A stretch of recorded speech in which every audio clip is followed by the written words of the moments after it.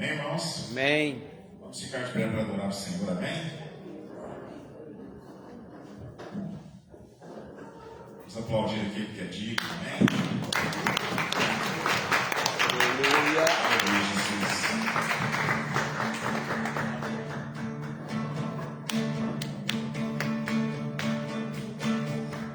Vem, esta é a hora da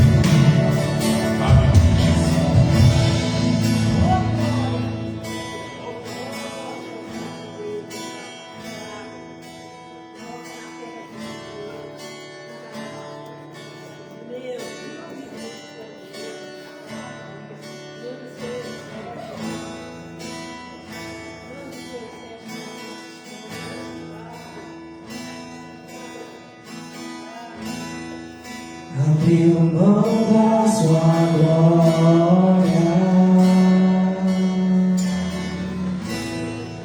e semelhante a um homem se esvaziou, servo tornou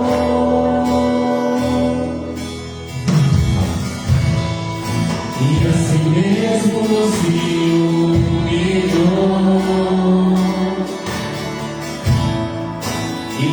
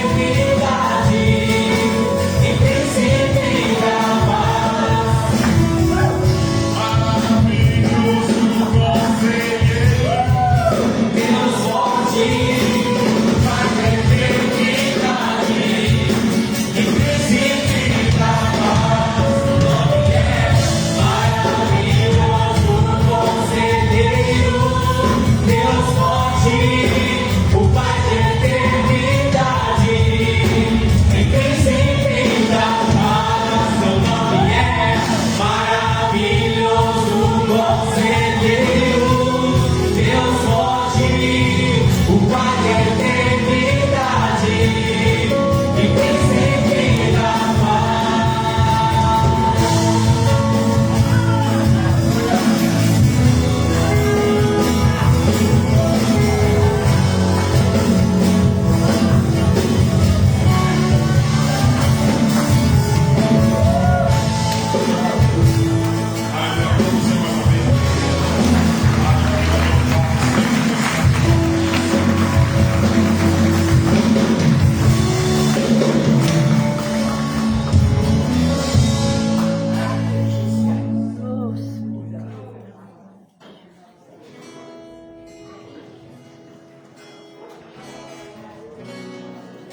Oh, Jesus.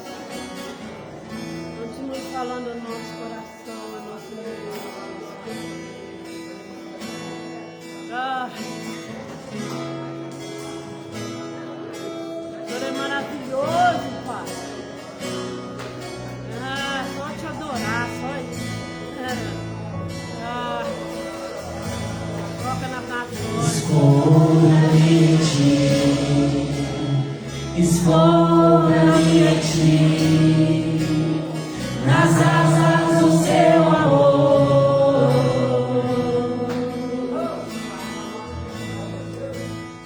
Escolha-me em ti, escolha-me em ti, nas asas do seu amor. Oh, Jeová. Escolha-me em ti, escolha-me em ti, nas asas do seu amor.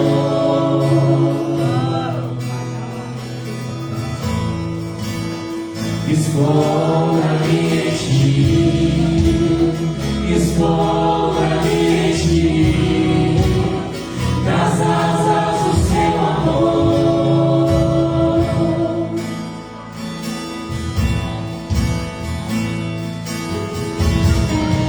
Como eu amo seu nome, tens um nome mais lindo que eu conheço. Como eu amo seu nome,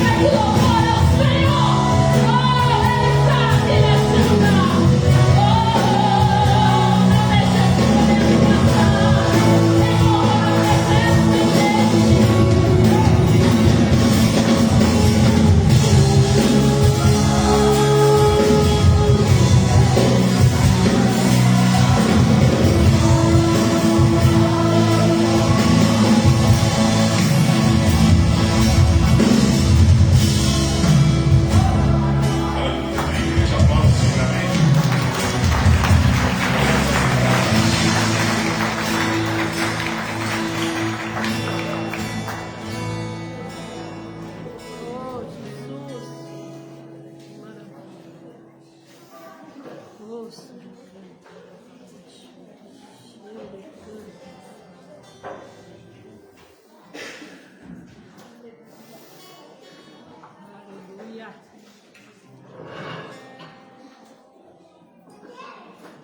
Aleluia. Amém, queridos? Vamos estar orando, colocando aquelas pessoas que precisam de uma cura, precisam de um milagre. Se porventura alguém aqui entrou com alguma dor, um incômodo, é um momento de nós estar juntos orando. Quando a gente olha para a palavra de Deus, no Evangelho de Jesus Cristo, está narrado em Lucas, no capítulo 18, nós vamos achar o cego de Jericó na beira do caminho. Ele estava ali no caminho de costume, como sempre a gente fala, o normal dele, do dia a dia, ele estava pedindo uma ajuda para o sustento. De repente, ele ouviu algo diferente, um barulho, e ele procurou saber o que estava acontecendo. E aí, o que aconteceu? Alguém falou que Jesus estava passando por ali. Qual foi a atitude daquele homem? A clamar, ou a orar, como entenda. Ele começou a clamar alto: Jesus, filho de Davi, tente compaixão de mim. E ele, nessa questão dele começar a clamar, alguém disse: quieta, fica quietinho, não importunas mais o mestre. O primeiro obstáculo, além da multidão. Então ele continuou a clamar, continuou a gritar, até que algo aconteceu. Ele chamou a atenção de Jesus. No que ele gritava, no que ele clamava, ele não parou diante da circunstância. Jesus mandou chamar. Jesus chamou ele e ele foi até o Senhor. O que queres que eu te faça? Que eu volte a enxergar, ou que eu volte a ver. Aí Jesus fala: vai, a tua fé te salvou, ou curou. É nessa continuação dessa palavra, em cima dessa palavra, melhor dizendo, nós aqui vamos clamar, ou nós vamos aqui à igreja, ou nós vamos orar, colocando as pessoas na presença do Senhor. E temos certeza que o milagre vai acontecer. No caderno da série tem N-os, faz tempo que eu não falo essa palavra, N-os nomes. E tenho certeza que nós não conhecemos, mas o Senhor conhece, o Senhor sabe onde estão, o que eles precisam. Nós juntos, a igreja vai orar ao Senhor. E também quero colocar o nome da nossa irmã, da Juliana, oração para ela, para que Deus possa continuar entrando na vida dela. O Senhor sabe o que está passando, o que está acontecendo. Nós, igreja, vamos orar. Aquele clamou, ou gritou, nós vamos orar também. Amém? Pai querido, em nome do Senhor Jesus Cristo, nós colocamos a nossa irmã, a Juliana, nas tuas mãos. Pai, eu não sei a causa, mas o Senhor sabe. Papai querido, em nome de Jesus, que neste momento, Senhor, a igreja orando, ou a igreja clamando, ou a igreja levando a oração até Ti, ó Pai, em prol da Juliana. E nós sabemos, ó Pai querido, que o Senhor é um Deus que pode todas as coisas. Nós sabemos que o Senhor é o médico dos médicos, especialista em grandes obras. O Senhor é o médico dos médicos, que está acima de tudo e está acima de todos. É no nome do Senhor Jesus Cristo, nós como igreja, o Senhor, que ela possa ser tocada agora, da cabeça à planta dos seus pés, que possa ser tocada totalmente, e creio, Pai, que ela é curada ou restaurada, em nome do Senhor Jesus Cristo, para a honra e glória do Senhor. E todos que estão ali inscritos, Senhor, no livro, Pai, e aqueles que estão no hospital, aqueles que estão nas suas casas, até mesmo neste local, em nome do Senhor, que todos da parte do Senhor recebem a cura. Em nome de Jesus. Amém, queridos? Amém, Jesus. Glória a Deus. Nós temos que crer, tenha certeza de que algo. Hoje eu falei de percas na parte da manhã. E às vezes nós temos perdido na circunstância da nossa vida a fé ou a esperança. Mas nós não vamos deixar nada roubar isso de nós. Amém? Amém, meus irmãos, boa noite, a paz do Senhor, né, para todos os irmãos e irmãs. Vamos adorar, né, o nosso Deus com nossos dízimos, nossas ofertas. Eu quero convidar você a abrir a palavra em João capítulo 12. Evangelho segundo João capítulo 12.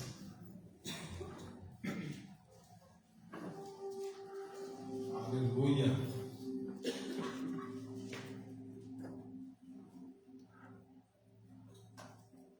Capítulo 12, vamos ler aqui a partir do versículo 1. Foi, pois, Jesus 6 dias antes e a quem ressuscitara dos mortos. Servia.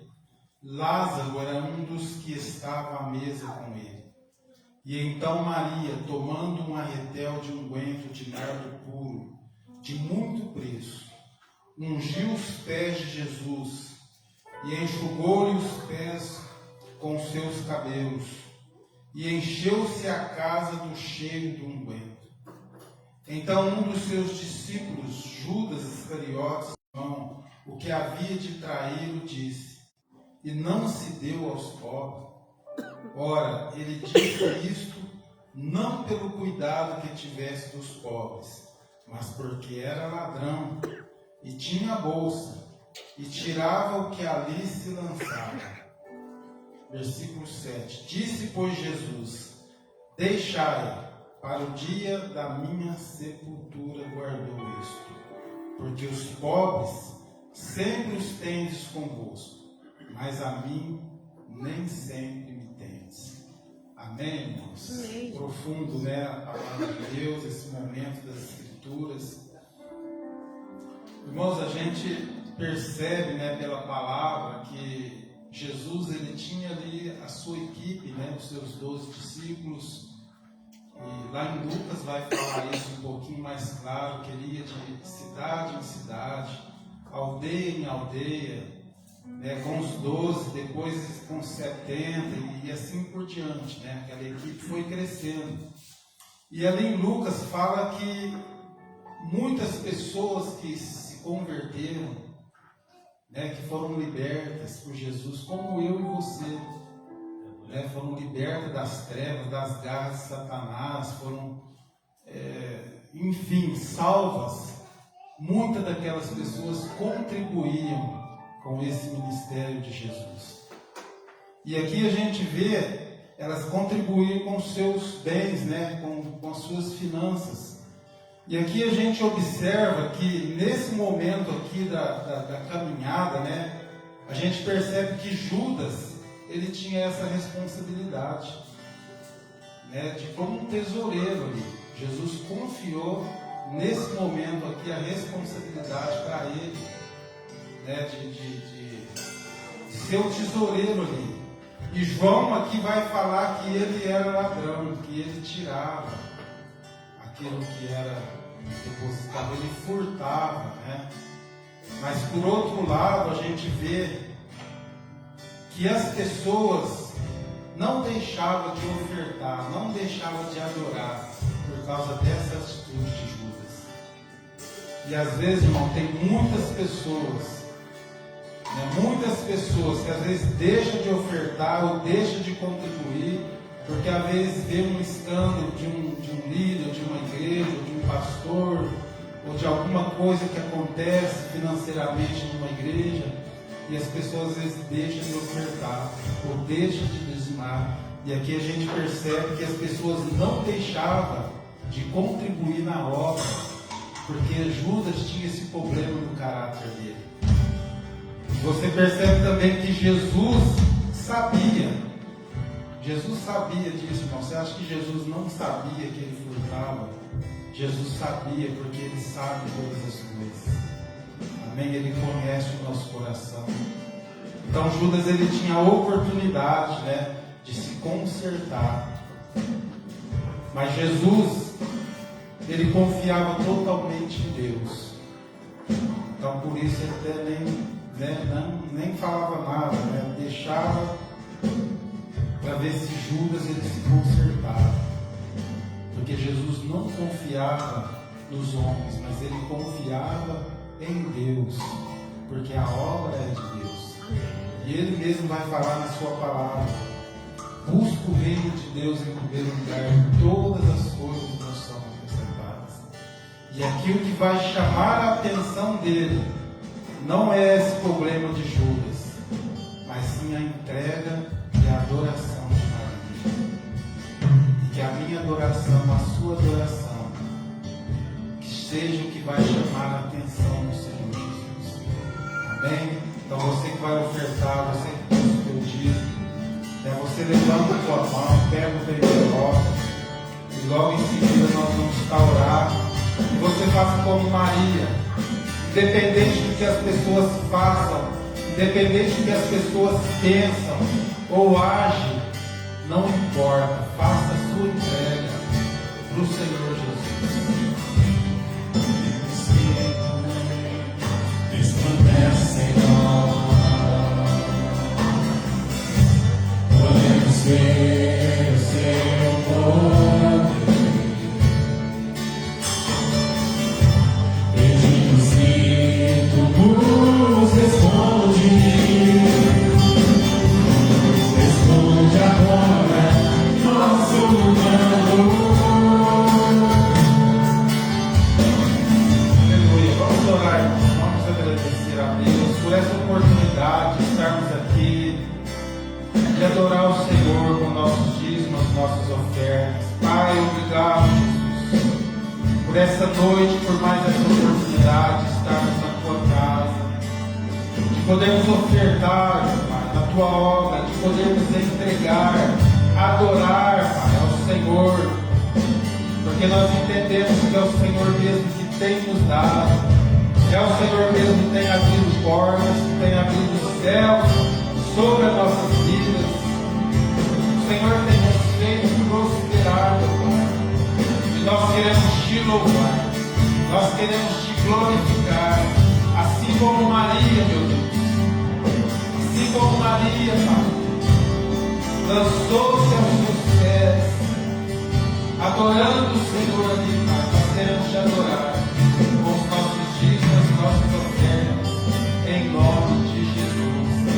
Amém, glória a Deus. Amém, irmão, você que vai ofertar, você tem a liberdade de vir até o altar, em nome de Jesus.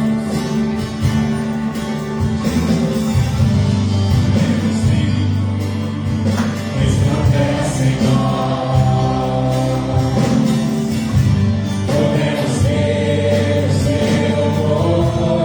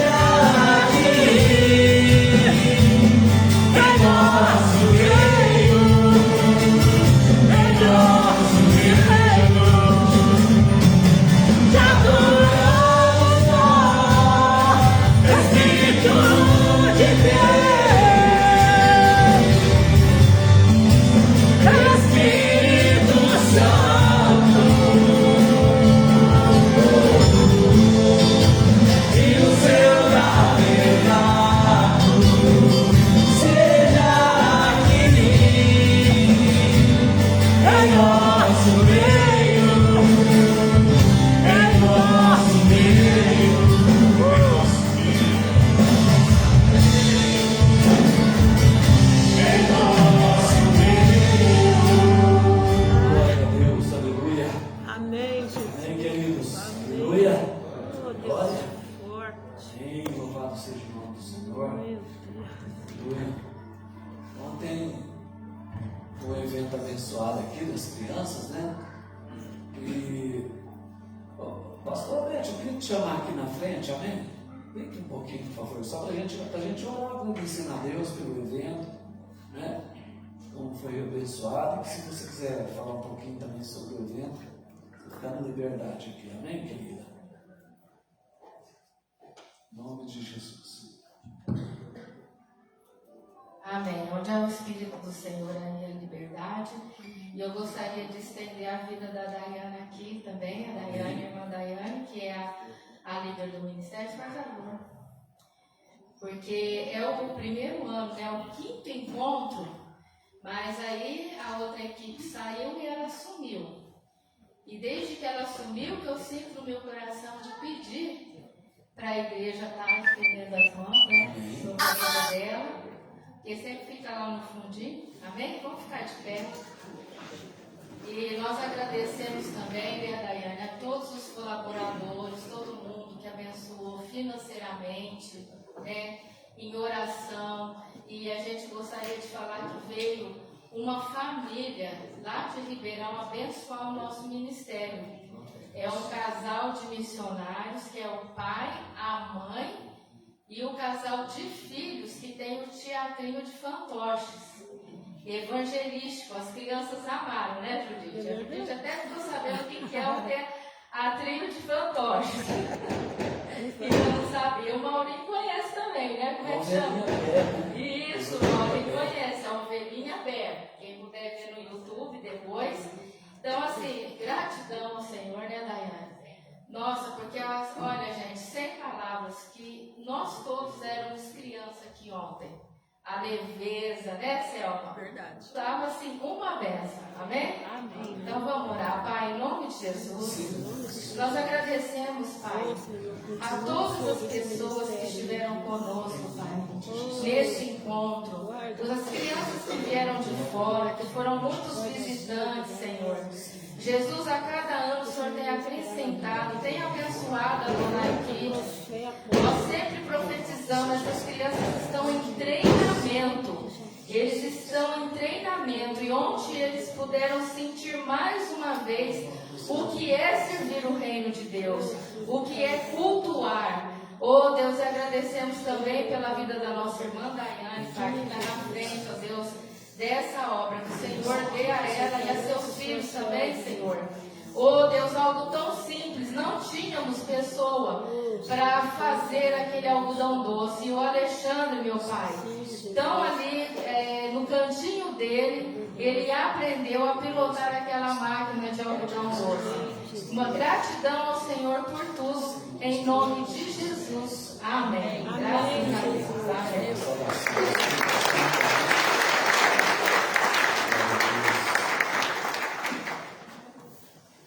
Obrigado, Senhor, por mais esse dia abençoado, maravilhoso.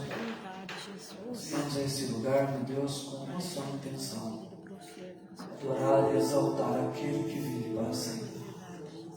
Tu és o nosso Deus, Tu és o Santo de Israel. Em Ti, ó Senhor, nós nos regozijamos. No Senhor nós esperamos, Pai, todos os dias da nossa vida. Obrigado, Jesus. Mais uma noite, mais uma oportunidade de compartilharmos a Tua palavra, Senhor. Que o Espírito Santo fale aos nossos corações livremente. Em nome de Que Jesus. esse lugar seja permeado com a presença do Senhor.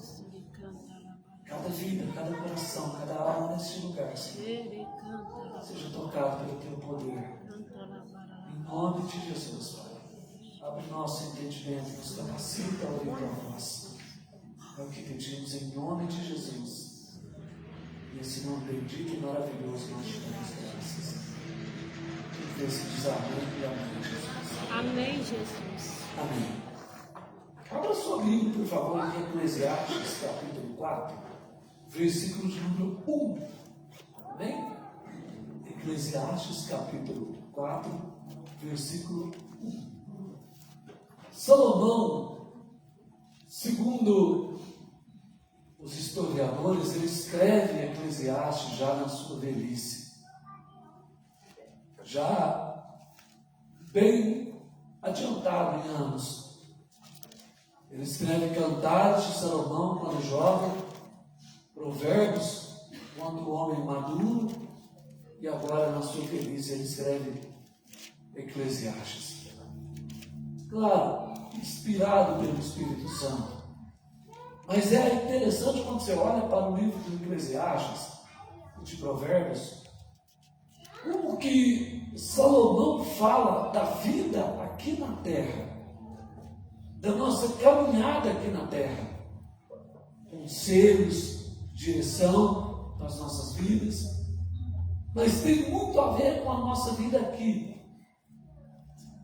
E nessa pregação de hoje, nessa palavra de hoje, eu gostaria de falar um pouco sobre a nossa vida aqui na terra, a nossa caminhada. Salomão começa dizendo assim: depois voltei e atentei para todas as opressões que se fazem debaixo do sol. E eis que vi as lágrimas dos que foram oprimidos e dos que não têm consolador. Presta atenção nessa frase agora, irmãos. E a força estava no lado dos seus opressores, mas eles não tinham consolador. Quando a gente olha para esse versículo, e se a gente fosse ler todo o capítulo 4, ele ia discorrer sobre essas coisas, sobre a nossa vida aqui. Vai falar da brevidade da vida, vai continuar falando, ele vai falar por que tem uma pessoa, ele fala de uma pessoa que trabalha amontoando bens, correndo atrás de coisas, sem saber para quem vai deixar. E ele fala que isso é enfado, isso é canseiro. E na verdade isso é correr atrás do vento, eu uso essa expressão. Mas aqui nesse versículo 1, ele está falando das aflições da vida, ele está falando do resultado de um mundo caído. O mundo, irmãos, jaz no maligno. Nós não podemos esquecer disso. O mundo está morto no maligno. Jesus, ele fala, ele expressa de uma maneira muito clara a respeito do mundo estar morto. Ele se refere a Satanás dizendo que esse é o príncipe deste mundo. Ele chama Satanás de príncipe deste mundo, dos poderes deste mundo. A opressão maligna, irmãos, ela é notória. Basta ver o nosso país, a nossa nação, o Brasil. Esse país que onde não tem terremoto, não tem grandes coisas climáticas, sabe? Não tem. A gente fala, Deus nos abençoou mesmo. Né? Uma natureza exuberante. Tudo que você planta, você colhe. Qualquer lugar do Brasil você planta. Por que é um país tão oprimido? Por que é um país tão injusto? A própria justiça desse país é injusta. Em todos os aspectos. Eu não estou falando por causa de política, por causa de ser direita, ser esquerda, ser do meio, ser da beirada. Não é nada disso que eu estou falando. Eu estou falando de uma realidade. Nós vivemos em uma opressão espiritual. As pessoas correndo de um lado para o outro, uma loucura desenfreada. As pessoas, sabe, loucas. Isso está piorando cada vez mais. Eu falei, depois da pandemia, né, o homem era para ter melhorado, piorou demais da conta, mas muito. Essa semana eu estive ali na Santa Casa, eu fui fazer uma visita ali, e eu olhei o horário que eu fui, não sei se era o horário, mas era tarde, mas estava abarrotado de gente. Ali estava muita gente mesmo ali. Assim, atendido, sentado ali esperando. Mas no dia do jogo do Brasil não tinha ninguém. E os médicos estavam lá. Não é uma enfermidade, gente, física. O negócio é maligno. A coisa é muito séria. Como é que pode, né? Todo dia que o Brasil foi jogar, ninguém ficou doente. Naquele horário não teve uma pessoa enferma.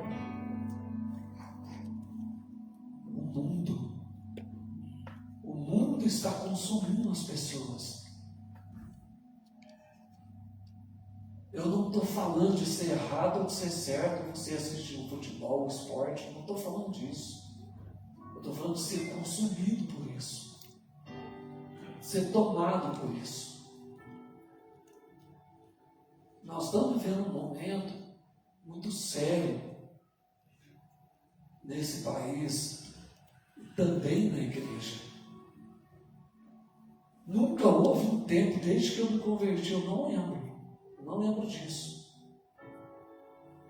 Nós caminhamos desde meados dos anos 80, a gente entregou a vida para Jesus. Eram alguns jovens que iam ali no vale todos os domingos pela manhã.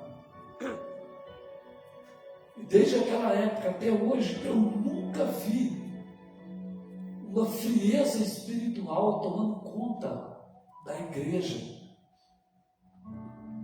como nos dias de hoje. Nunca vi, gente. Nunca vi. Nunca vi um povo de Deus tão envolvido com o mundo como hoje. Tão preocupado com o sistema desse mundo. Nunca vi. Não era assim. Eu sou testemunho vivo de dizer isso, e muitos irmãos que estão aqui começaram a caminhar. Nós nem imaginávamos que hoje teríamos a alegria de poder estar juntos no mesmo rebanho, uma igreja que cresceu, que rompeu, que tem caminhado. Nem imaginava, mas estamos aqui. Então nós vimos, né? As etapas que vivemos, o caminhar nosso. É incrível, gente, mas nós precisamos fazer uma reflexão sobre essas coisas.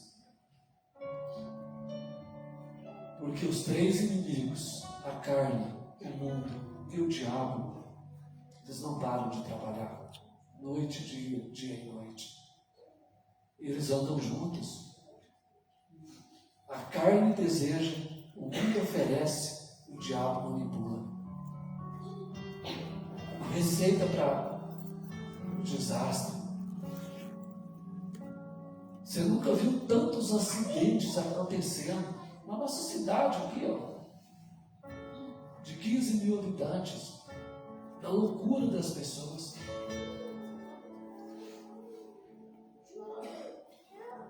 Nós estamos vivendo um tempo, irmãos, de muita opressão maligna.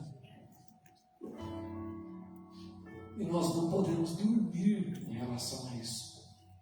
Não podemos ser tragados por esse espírito, por essa opressão. Nós damos vários nomes para essas doenças psicossomáticas. Mas o nome é um só, é opressão maligna. Ela está desencadeando de uma forma tão intensa. Porque nós só percebemos a opressão maligna se ela vier de forma de perseguição, de ataque, perseguição. Aí a gente percebe. Mas quando ela vem sorrateiramente nos roubando de Deus, a gente não percebe. Põe Apocalipse capítulo 3, versículo 1. Deixa eu ler do 1 ao 6. Ao anjo da igreja que está em Sardes escreve: isso diz o que tem os 7 Espíritos de Deus e as 7 estrelas. conheço as tuas obras, que tens nome de que vives, e estás. Jesus está falando com a igreja. Ele está falando com a igreja. Você tem nome de que você está vivo, mas você está morto. Uma preguiça espiritual tem abatido sobre a igreja de Jesus nesses dias. Um enfado de ouvir a palavra. A igreja devagar vai se tornando religiosa. Ela vai se tornando religiosa. A religiosidade vai invadindo a igreja. Eu era religioso, irmãos. Quando eu frequentava a igreja católica, eu era religioso. Eu tinha 3 missas no domingo, podia escolher uma para ir. Estava tudo certo. Porque eu tinha outros compromissos para outro horário. Compromissos, diga-se de passagem, com o mundo. Então eu tenho que estar. Nós criamos na nossa igreja 2 cultos, um domingo de manhã e um domingo à noite. Não é para você falar, vou escolher um para mim ir. Se você puder, venha nos 2. Se você não puder, amém. Mas não seja motivo de você vir num para dizer assim, depois eu posso ir ter o meu compromisso com o mundo. Ou seja, eu tenho o meu compromisso com o noivo, depois eu tenho um compromisso com o amante, que é o mundo. Pensa. Ele continua, ser vigilante. Seja vigilante. É o que menos a igreja faz hoje, é vigiar. Jesus está falando para a igreja que falou que vocês estão falando que vocês estão vivos, mas vocês estão mortos. E olha aqui, seja vigilante. E confirma os restantes que estão para morrer. Presta atenção. Aqui não está dizendo que está toda a igreja morta, mas o restante está para morrer. Eu estou falando da morte espiritual, não estou falando da morte natural. Porque não achei as tuas obras perfeitas diante de Deus. Não era perfeita. Olha o versículo seguinte. Lembra-te, pois, do que tens recebido e ouvido. Gente, Deus está dando. Deus está te dando. O maná está sendo entregue, fresquinho aqui, todo culto.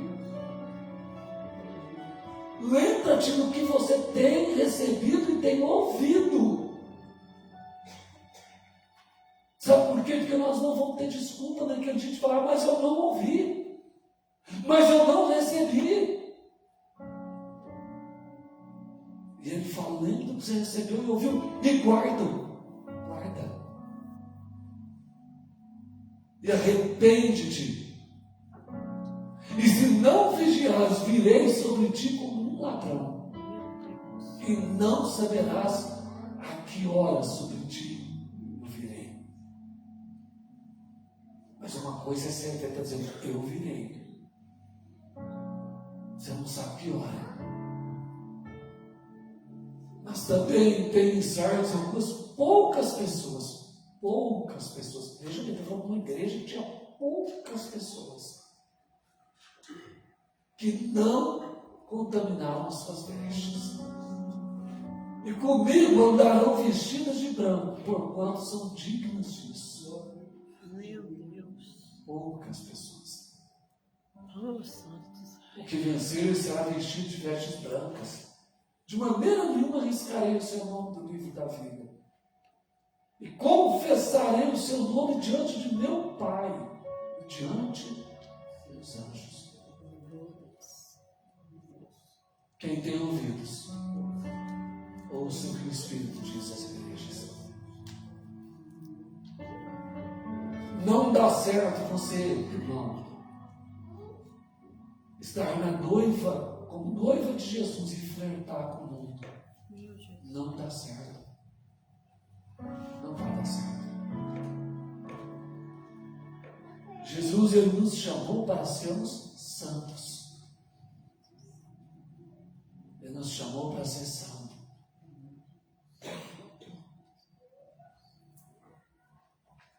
Eu meio que saí um pouco da condução da coisa aqui, porque o Espírito Santo me conduziu a isso. Mas então, falando a respeito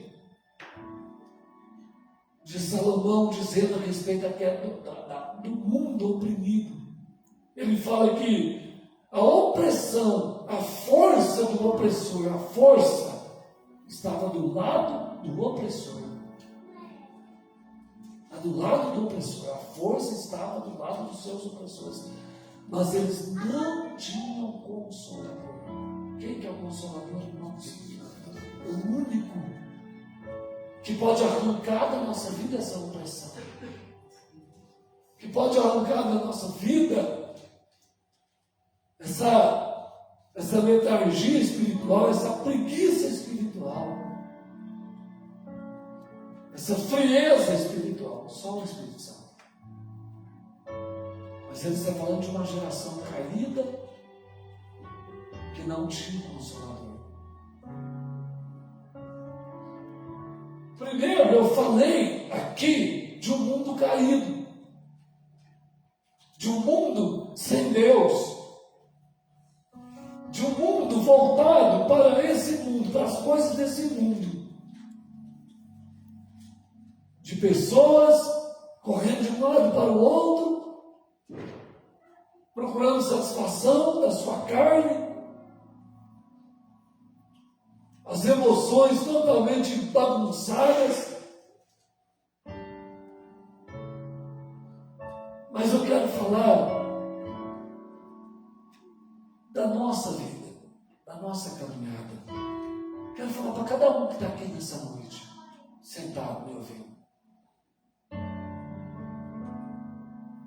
Abra o livro de Jó, por favor, capítulo 14, somente o versículo 19.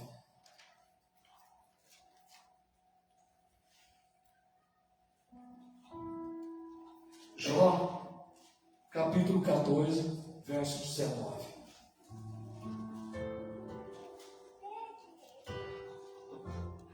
Interessante, irmãos, que quando nós olhamos para a vida de Jó, a gente vê um homem que o próprio Deus elogiou. O próprio Senhor falou dele. O próprio Senhor disse que ele era íntegro, que ele desviava do mal. Jó era o tipo da pessoa que estava caminhando nesse mundo sem se contaminar com o mundo. O tipo da pessoa que tinha um coração voltado a Deus. E olha o que ele fala.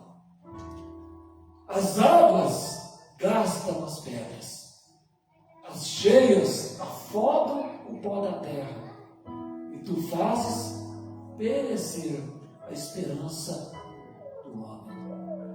Gente, Jó, eu quero pegar apenas a primeira parte do versículo. Ele diz que as águas gastam as pedras. Se a gente olhar para a água, ela é comparada com uma pedra, com uma rocha, ela é nada. Mas ele está dizendo que se ela ficar continuamente sobre aquela rocha, vai fazer o que na rocha? Vai desgastar as pedras. Vai ficar ali anos e anos, talvez até milênios, não importa, mas ela vai desgastar essa pegada. Ela vai desgastar. Jó, ele foi um homem que ele não pecou contra Deus, mas ele questionou. Ele questionou a vida dele, a miséria em que ele caiu, a situação em que ele foi parar. E é interessante, irmãos, quando eu olho, quem era Jó? Antes dele falar isso aqui, quem era Jó? Jó era um homem íntegro, era um homem respeitado, ele era considerado como uma verdadeira rocha, uma verdadeira pedra. Tamanha era a sua firmeza. Ele era inabalável. separei um texto aqui rapidinho para os irmãos. Lá no capítulo 29, versículo 7. Dá uma olhada comigo. Jó é visto como uma rocha, um homem firme. Do capítulo 29, do versículo 7 ao 16, eu vou ler com os irmãos pausadamente. Olha o que ele fala dele mesmo. Quando eu saía para a porta da cidade e na rua fazia parar a minha cadeira, veja lá, os moços me viam e se escondiam. Até os idosos se levantavam e se punham de pé. Irmãos, olha o respeito que Jó tinha. Olha como esse homem é respeitado. Quando ele fala que os jovens escondiam, ou seja, era tamanha a sabedoria que Jó tinha nas suas palavras, que os jovens baixavam a cabeça, respeitavam. Os idosos se punham de pé, em posição de respeito para receber Jó. Os príncipes continham suas palavras. Olha aqui, irmãos, os príncipes pensavam no que ia falar perto de Jó. E eles punham a mão sobre a sua boca. Aqui uma atitude de admiração de quem era Jó.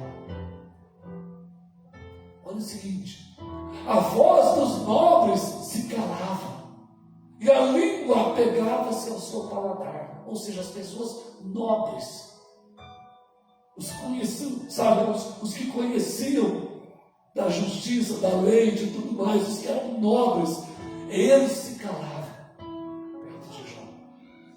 Sério?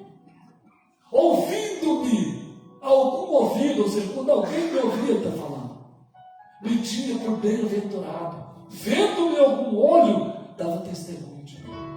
Olha quem era Jó.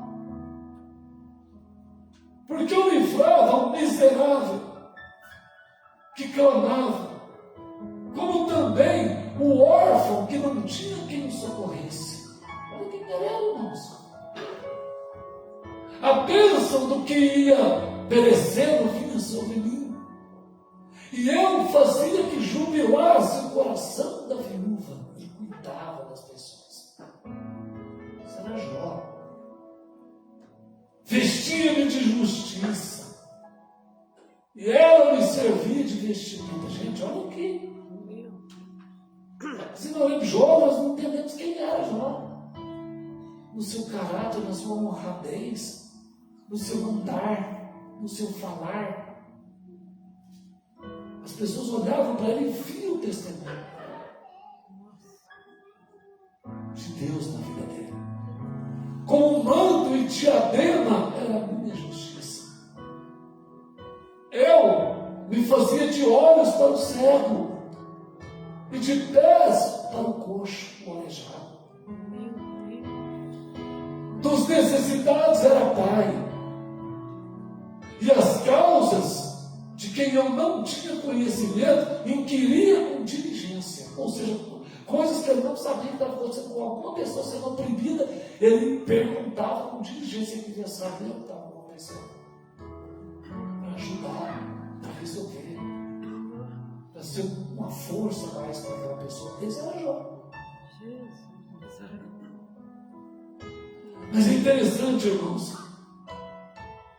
que na casa dele ele também era uma bênção, irmãos. Uma joia em casa era uma bênção. Ele sacrificava pelos filhos dele. Ele nem sabia se os filhos dele tinham cometido algum pecado, alguma transgressão. Ele levantava de madrugada para oferecer sacrifício em favor da vida deles. Ele era o tipo da pessoa que se importava com os filhos, que guardava os filhos, que sabia a importância de orar pelos filhos. Como tem sido essa geração, irmãos, em relação aos filhos? São permissivos. Perdem os filhos para a prisão, para as drogas, para o álcool, para tudo, qualquer coisa que não presta, para o diabo, para o mundo, para a carne. Jó não. Jó vigiava pelos filhos. Ele intercedia pelos filhos dele. Levantava de madrugada, colocava lá o sacrifício, orava, clamava a Deus, guarda meus filhos, protege eles, perdoa o pecado deles, perdoa as transgressões deles, cobre a multidão de transgressões que eles cometeram contra ti, Senhor. Mesmo sem saber se tinha ou não cometido, ele fazia isso. Eu fico vendo que coisa, como era Jó. Mas deixa eu te falar uma coisa, irmãos.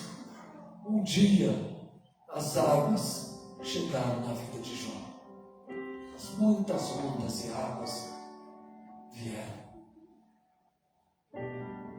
A água, ele falou, desgasta a pedra. A água desgasta a pedra. E as enchentes cobrem o pó da terra. E veio na vida de Jó.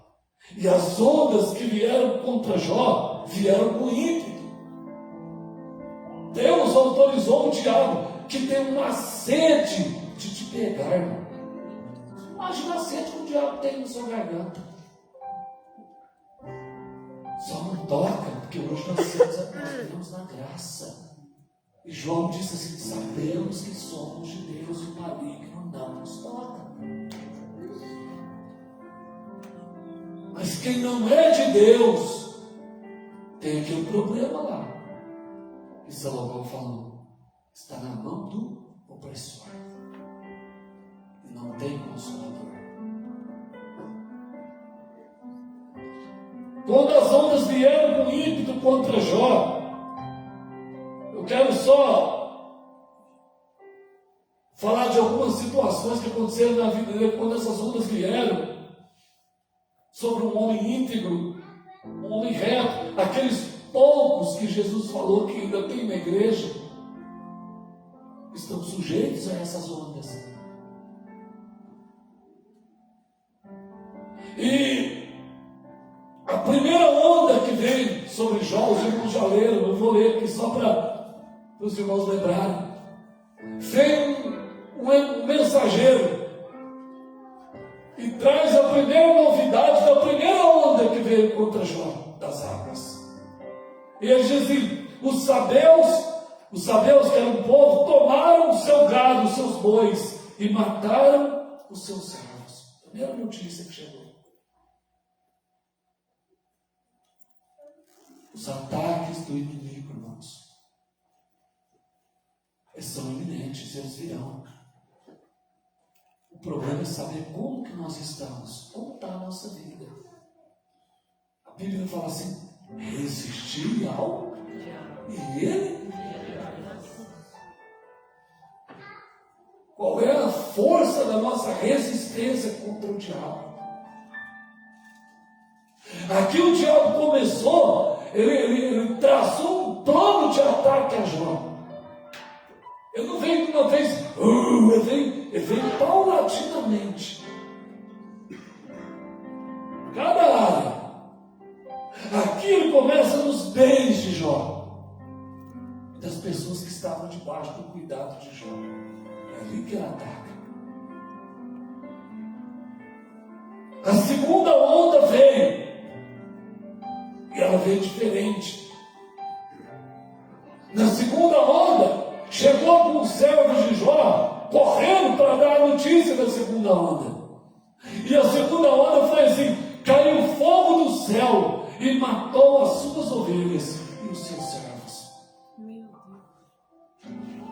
Dessa vez, o ataque veio de cima.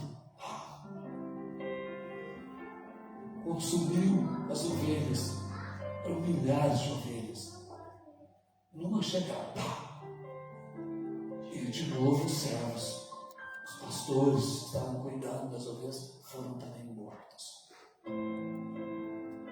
Fogo do céu. De repente, foi uma tempestade elétrica que caiu naquele lugar, manipulada pelo diabo. Manipulada Lázaro pegou o inimigo. E outra, terceira onda também chegou, irmãos. Veio a primeira, veio a segunda, e o Jó está lá em pé.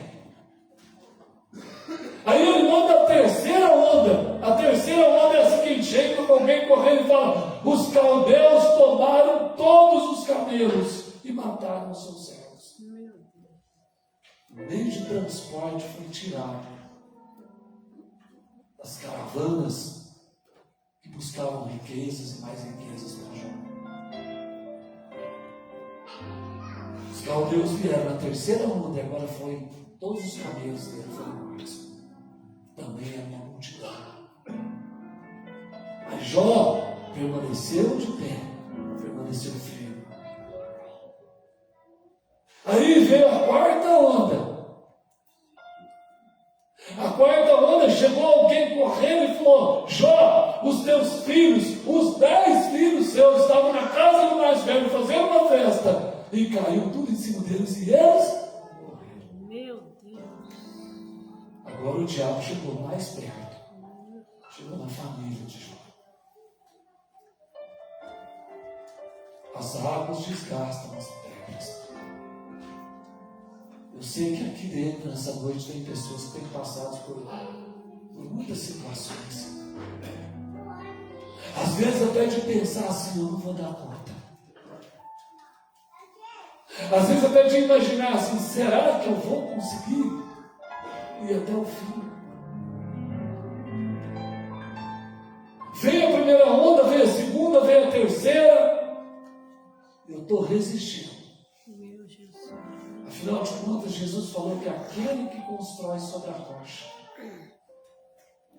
caiu a chuva, veio o vento, as tempestades, as muitas águas, e aquela casa não caiu. Ele não está falando de uma construção, gente. Ele está falando de nós, das nossas vidas. Mas veio a quinta onda. E a quinta onda veio uma enfermidade em Jó. Agora chegou nele. Da planta dos pés ao alto da cabeça, aquela enfermidade tomou conta dele. Às vezes você está caminhando, está tudo bem, está tudo legal, sua vida está indo, dá uma bênção, você está glorificando a Deus, está trabalhando, está vindo à igreja, está tudo bom, tudo bom. De repente começa a dar um problema. É um problema financeiro. Que desestabiliza a sua casa, desestabiliza a sua vida.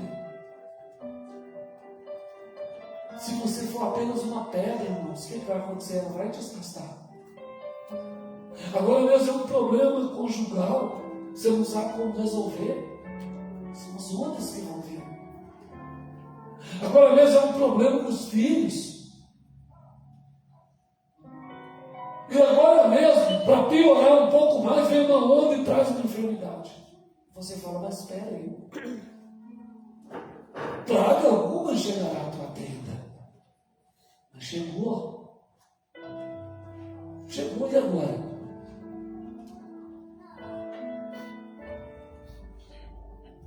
Jó, ele foi impactado com todas essas tragédias, todas essas ondas vieram sobre ele.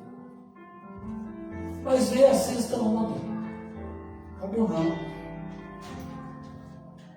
E a sexta onda veio os amigos dele para acusar ele, dizer assim: isso aí é por causa do seu pecado, isso aí é porque você não está vigiando, isso aí é porque você não busca a Deus, isso aí é porque você não clama, porque você não tem fé. É por isso que veio isso aí você. É porque a sua vida é assim, assim, assada. É por isso que você está passando por isso. Isso aconteceu com os jovens. Parece tão atual, não é não? Parece tão atual, né? De repente as pessoas perguntam para o Senhor: mas onde é que está seu Deus? Que Deus você está servindo? Ou de repente você mesmo faz a pergunta para Deus: onde o Senhor está? Como o salmista, numa certa ocasião, diz: o que foi feito das tuas misericórdias, o que foi feito delas. Às vezes o momento de angústia bate. Mas como você tem resistido a essas ondas? Mas vem a sétima onda. Não acabou. A sétima onda. Alguém que ele mais esperava que pudesse apoiá-lo chegou para ele e falou: amaldiçoa esse Deus e morre. A mulher dele. E ele teve que olhar para ela e falar assim: como qualquer doida, assim fala você. E na interpretação de Jó, foi dizer para ela: se recebemos o bem de Deus, não havemos de receber o mal. Até aí, Jó não pecou. E ele permaneceu firme. Mas, deixa eu perguntar para você, irmãos. Uma pedra desgastada nessa caminhada cristã. Quem aqui nunca se sentiu assim? Quem aqui nunca olhou para a sua vida e viu a sua vida desgastando? Momento às vezes de angústia, de incredulidade, de dureza de coração. Momento que as pancadas fez você desacreditar se Deus está mesmo ou não está mesmo te olhando. Quem aqui não já sentiu nessa caminhada um desgaste tal que você olha e fala: mas a força não está do meu lado, está na banda do opressor. Por quê?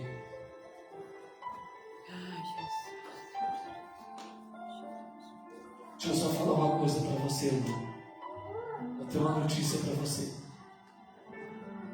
As águas, ela não desgasta a verdadeira rocha que é Jesus.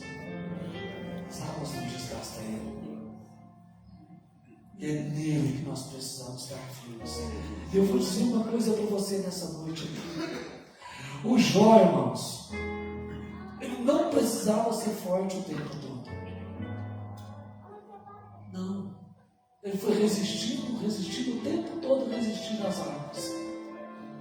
Mas ele precisava, como nós precisamos hoje. Ele em uma outra época, mas nós nessa época, os Jó de hoje. Não precisa achar que precisa ser forte o tempo todo, não. Nós precisamos é estar arraigado na rocha. Se nós estivermos arraigados na rocha, que é Jesus, aí sim nós vamos ser inabaláveis.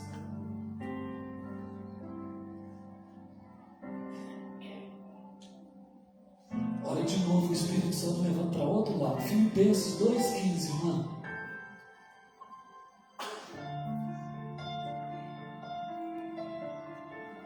De Filipenses.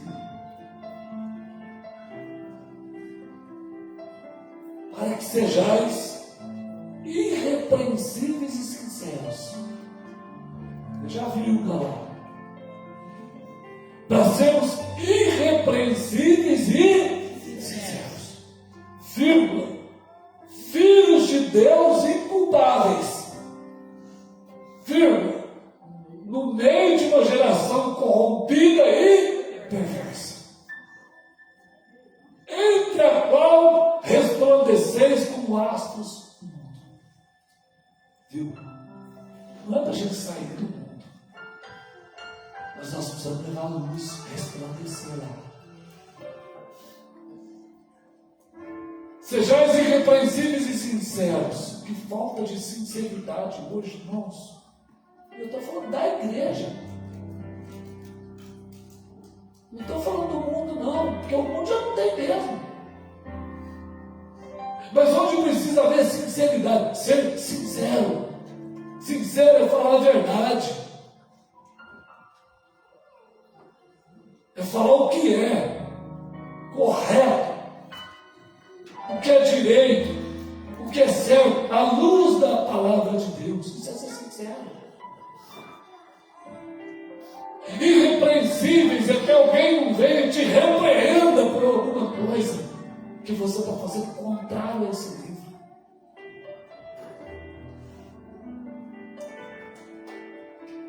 Filhos de Deus inculpáveis. Sabe por quê? Porque nós temos que entender que toda a culpa foi levada no Calvário.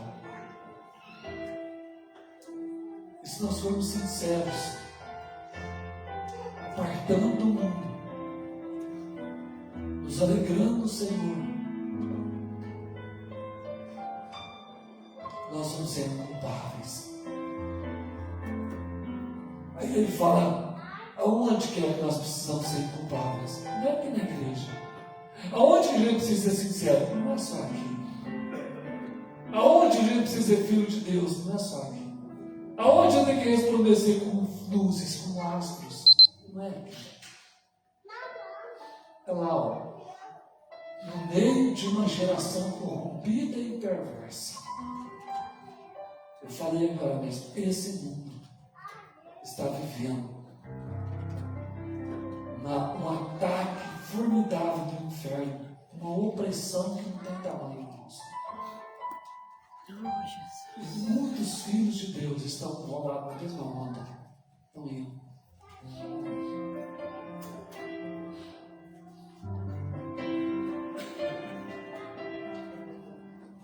Eu quero, antes de orar por cada um de nós, eu quero concluir falando com você sobre a necessidade de sermos dependentes de Jesus, da nossa rocha. Ela nunca vai ser desgastada, essa rocha não. Nada desgasta ela. Nada. Quero ler com você, enquanto os irmãos do louvor vêm aqui, o Salmo 61. 6 versículos, olha lá. Ouve, ó Deus, o meu clamor. Atende a minha oração. Desde o fim da terra clamarei a ti. Quando o meu coração estiver desmaiado, leva-me para onde, irmãos? Para onde, irmãos? Para a rocha, que é mais alta do que eu. Glória a Deus. O meu refúgio é a rocha. É a rocha da palavra. Pois tem sido um refúgio para mim e uma torre forte contra quem não sou inimigo. Habitarei no teu tabernáculo para sempre. Abrigar-me-ei no esconderijo das tuas asas. Pois tu, ó Deus, ouvistes os meus votos, deste-me a herança dos que temem o teu nome. Prolongarás os dias do rei, e os seus anos serão com muitas gerações. Glória a Deus. Que salmo lindo, que palavra maravilhosa. Ele continua dizendo, ele permanecerá diante de Deus para sempre. Lembre que a palavra de Deus diz que nós somos reis e sacerdotes. Nação santa, povo adquirido. Prepara-lhe misericórdia e verdade que o preserve. Nós precisamos estar sobre a rocha. Sobre a rocha. Assim cantarei louvores ao teu nome perpetuamente, ou seja, para sempre. Para pagar os meus votos de dia em dia. Amém. Amém, Jesus. Glória a Deus. Glória a Deus. Fique de pé, por favor, em nome de Jesus. Aleluia. Aleluia.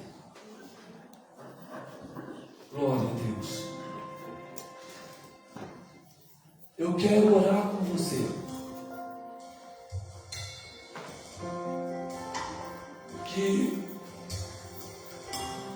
tem se sentido assim, sabe, irmãos? Dessa maneira que eu ministrei nessa noite, pela graça e misericórdia do Senhor. Você tem sentido assim, que muitas ondas têm vindo sobre você. E a resposta é que de repente você vai dizer, pastor, eu não sei como, mas eu estou continuando.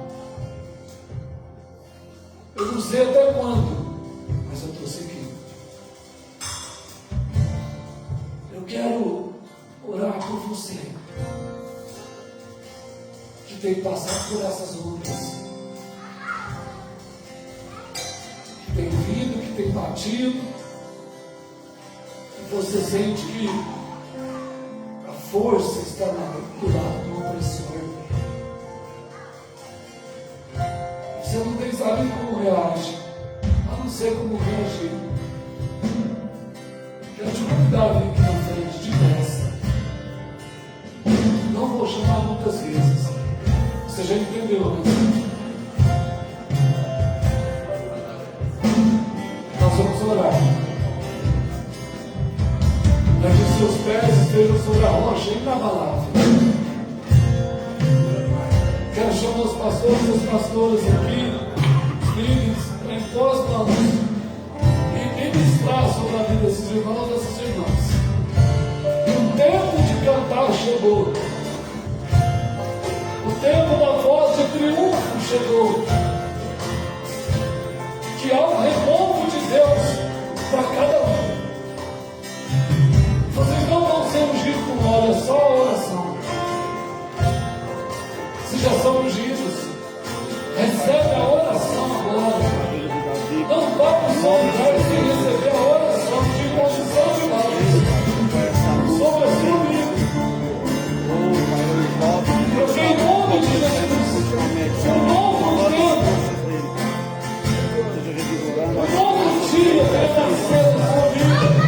Quando você é firmado sobre a rocha, diz a palavra.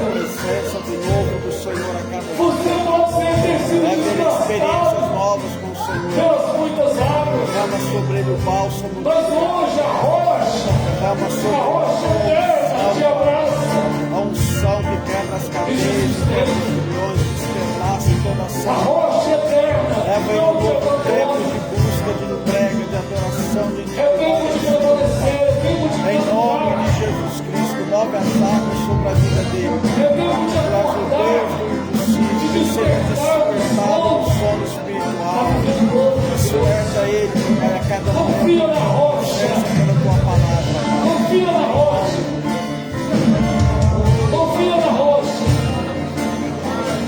Ah, se você não está resistindo, não está aguentando, está se entortando, segura mais um pouco, caminhe mais uma légua, vai com ele.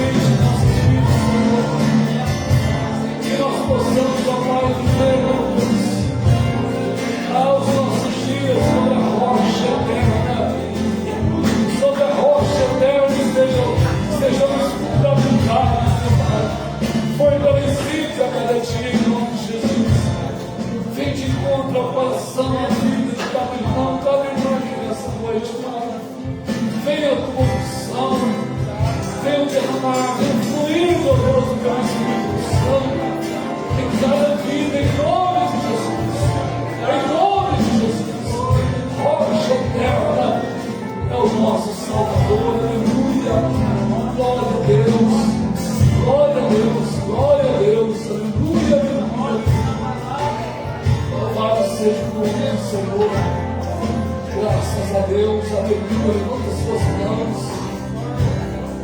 Que a graça de nosso Senhor Jesus Cristo, o amor de Deus Pai e a comunhão do Espírito Santo seja sobre cada um de nós, todos juntos. Se Deus é por nós, agindo o nosso Deus, ninguém vai impedir a gente de Deus na sua vida. Deus abençoe. Amém.